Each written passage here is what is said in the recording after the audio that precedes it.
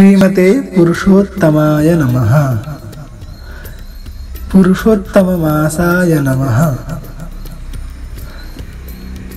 पुरुषोत्तममासमाहात्म्यं द्वितीयः अध्यायः। हिंदी।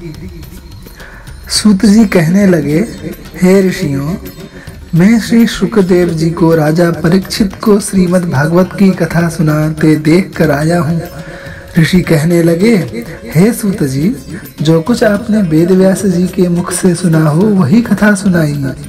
सूत जी बोले, हे ऋषियों, जैसा मुझ में ज्ञान है और जैसे मैंने व्यास जी के मुख से सुना है वह मैं तुमसे कहता हूँ।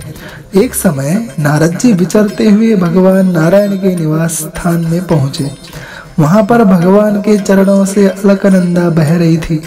वहाँ पर ब्रह्म में मन लगाए जितेंद्रिय निर्मल और तेजोमय ऋषि को देखकर भगवान ने उनको नमस्कार किया।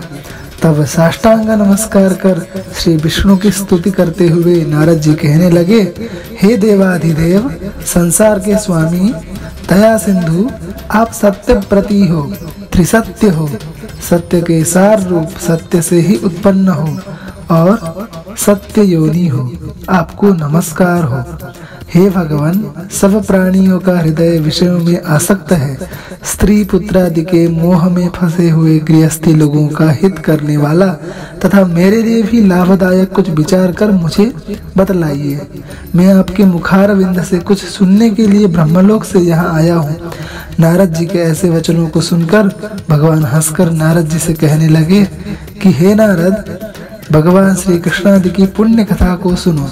हे तात, जगत के विधाता और उसको एक पल मात्र में नाश करने वाले उनके कर्मों को कहने वाला पृथ्वी में कौन समर्थ है।